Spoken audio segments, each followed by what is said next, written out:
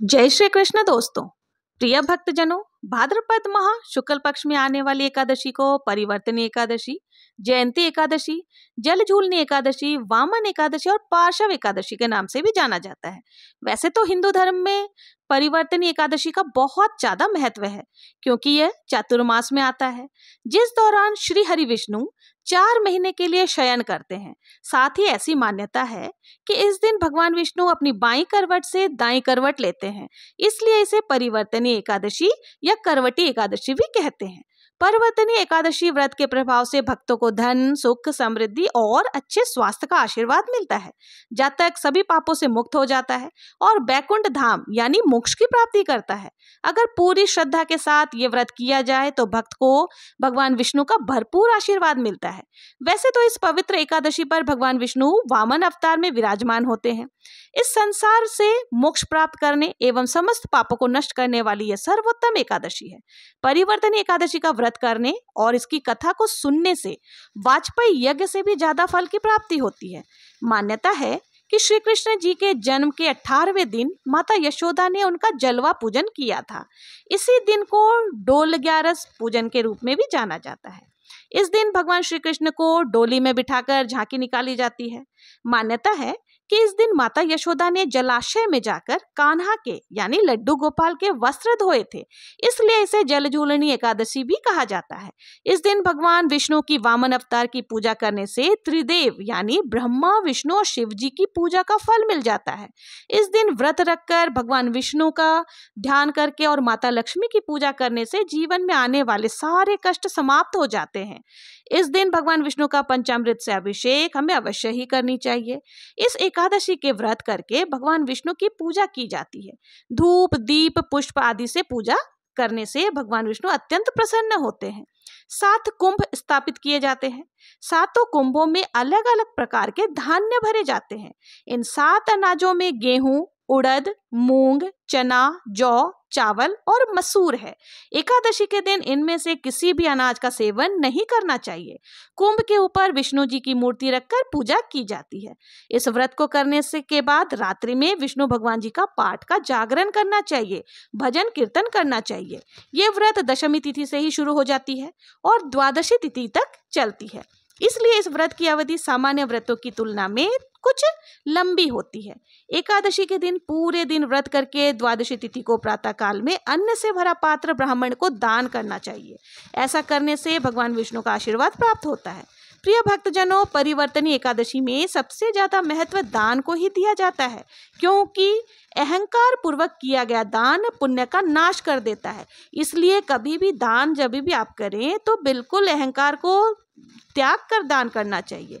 राजा बलि ने भी अहंकार किया और पाताल में चला गया। स्कंद पुराण में कहा गया है कि जो मनुष्य इस एकादशी का व्रत करता है वो देवलोक में जाकर चंद्रमा के समान सुशोभित होता है और अश्वमेध यज्ञ के समान फल को पाता है। ये एकादशी व्रत समस्त पापों का शमन कर देती है, समस्त प्रकार के भोग और मोक्ष को प्राप्ति करवाती है, सदगति प्राप्ति होती है। इस दिन दही और चावल का दान करने से मनुष्य अनेक प्रकार के पापों से मुक्त हो जाता है तथा ब्रह्म व्रत पुराण में कहा गया है कि जो मनुष्य एकादशी का व्रत नहीं करते उनको भी इस दिन चावल का त्याग करना चाहिए और इस दिन भगवान विष्णु जी की पूजा अवश्य ही करनी चाहिए तथा उनके व्रत को श्रवण करके और उनकी कथा को श्रवण करके उनका गुणगान करना चाहिए। दीन, दुखी, निर्धन लोगों को दान देने से व्यक्ति के पिछले जन्मों के पापों से भी मुक्ति मिल जाती है। साथ ही 7 जन्म और मृत्यु के चक्र से मुक्त हो जाते हैं। इस व्रत को करने से जातक को उच्च अध्यात्म का लाभ होता है। साथ ही यह साधकों की इच्छा शक्ति को भी मजबूत करने में सहायक होती है। आइए एकादशी व्रत की कथा का श्रवण करते हैं। परिवर्तनी एकादशी पवित्र महीना चतुर्मास के समय आती है, इसलिए इस एकादशी को सबसे शुभ और सर्वोच्च एकादशी माना जाता है। अब एकादशी व्रत का कथा का श्रवण करने के लिए आपको ले चलते हैं महाभारत काल की ओर, जहां पर इस समय धर्मराज युधिष्ठिर अपने महल में भगवान श्री कृष्ण से एकादशी व्रत का महात्मा पूछ रहे हैं और धर्मराज युधिष्ठिर के पूछने पर भगवान श्री कृष्ण ने सदैव ही उनके शंकाओं का निवारण किया है। धर्मराज युधिष्ठिर के पूछे गए प्रश्न लोकहित में होते हैं। इसी संदर्भ में एक बार धर्मराज युधिष्ठिर ने श्री कृष्ण से पूछा, हे प्रभु, भादो काल की शुक्ल पक्ष की एकादशी का नाम तथा उसकी विधि क्या है, उस एकादशी के व्रत को करने से कौन सा फल मिलता है तथा उसके उपदेश कौन से हैं, ये सब प्रभु मुझसे कहिए। धर्मराज युधिष्ठिर के इस तरह के प्रश्न सुनकर भगवान श्री कृष्ण ने बोले, हे राजश्रेष्ठ, अब मैं अनेक पाप नष्ट करने वाला तथा अंत में स्वर्ग देने वाला भादो की शुक्ल पक्ष की वामन एकादशी की कथा कहता हूँ। इस एकादशी को जयंती एकादशी भी कहते हैं। इस एकादशी की कथा सुनने मात्र से ही समस्त पापों का नाश हो जाता है। इस एकादशी के व्रत का फल वाजपेयी यज्ञ के फल से भी अधिक है। इस जयंती एकादशी की कथा से नीच और पापियों का उद्धार हो जाता है। यदि कोई धर्मराज या धर्मपरायण मनुष्य इस एकादशी के दिन मेरी पूजा करता है, मैं उसे संसार की पूजा का फल देता हूँ। जो मनुष्य मेरी पूजा करता है उसे मेरे लोक की प्राप्ति होती है, इसमें किंच मात्र भी संदेह नहीं है। जो मनुष्य इस एकादशी के दिन वामन भगवान की पूजा करता है वो तीनों देवता अर्थात ब्रह्मा, विष्णु, महेश की पूजा करता है। जो मनुष्य इस एकादशी का व्रत करके उन्हें इस संसार में कुछ भी करना शेष नहीं रहता, उसे सब कुछ इसी संसार में प्राप्त हो जाता है। इस दिन भगवान विष्णु क्षीर सागर में अपने 4 मास के शयन के मध्य में करवट लेते हैं, इसलिए इस एकादशी के दिन भगवान विष्णु करवट बदलते हैं, इसलिए इनका नाम परिवर्तनी एकादशी रखा गया है और इसे करवटी एकादशी के नाम से भी जाना जाता है। भगवान के ऐसे वचन को सुनकर युधिष्ठिर बोले, हे भगवान, मुझे अति जिज्ञासा हो रही है। आपके वचनों को सुनकर मुझे संदेह हो रहा है कि आप किस प्रकार सोते हैं तथा करवट बदलते हैं। आपने राजा बलि को किस प्रकार से बांधा और वामन रूप धारण करके क्या क्या लीलाएं की, वो सब मुझसे कहिए। चातुर्मासिक व्रत की विधि क्या है तथा आपके शयन करने पर मनुष्य का क्या कर्तव्य है, वो सब विस्तार पूर्वक कहिए। श्री कृष्ण बोले, हे राजन, आप पापों को नष्ट करने वाली कथा का श्रवण करो। त्रेता युग में एक बलि नाम का दानव था। वो अत्यंत भक्त दानी था। वो वेद सूक्त भगवान विष्णु की पूजा किया करता था, सत्यवादी तथा ब्राह्मणों की सेवा किया करता था। वो अपनी भक्ति के प्रभाव से स्वर्ग में इंद्र के स्थान पर राज्य करने लगा। इंद्र तथा अन्य देवता इस बात को सहन न कर सके और भगवान नारायण से प्रार्थना करने लगे। अंत में भगवान ने वामन अपने पंचम स्वरूप को धारण किया और अत्यंत तेजस्वी बालक ब्राह्मण बालक के रूप में राजा बलि को जीता। इस पर युधिष्ठिर बोले, हे जनार्दन, आपने वामन रूप धारण करके बलि को किस प्रकार जीता, वो सब सविस्तार मुझे बताइए, समझाइए।